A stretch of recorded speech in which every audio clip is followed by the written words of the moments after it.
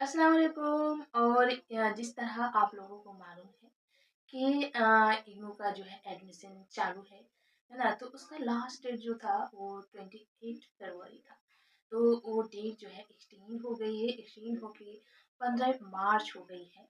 तो जिन लोगों का एडमिशन अभी तक नहीं हुआ है और एडमिशन करवाना चाहते हैं, तो आप जो है वेबसाइट में जाके विजिट कर सकते हैं। जो जिस कोर्स में एडमिशन लेना चाहते हैं वो एडमिशन सर्च कर सकते हैं और देख सकते हैं कि आप लोग इंटरेस्ट, अगर जो भी इंटरेस्ट है।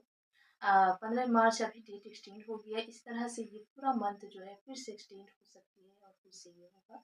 तो जिन लोगों का भी ख्वाहिश है एडमिशन करवाने का, तो वो इनकी साइट को विजिट कर सकते हैं। ठीक है। ये शॉर्ट नोटिस था, इसलिए शॉर्ट वीडियो में हम डालने की कोशिश की ताकि आप लोगों को जल्द से जल्द जो है मैसेज में पहुंचा सके। ठीक है।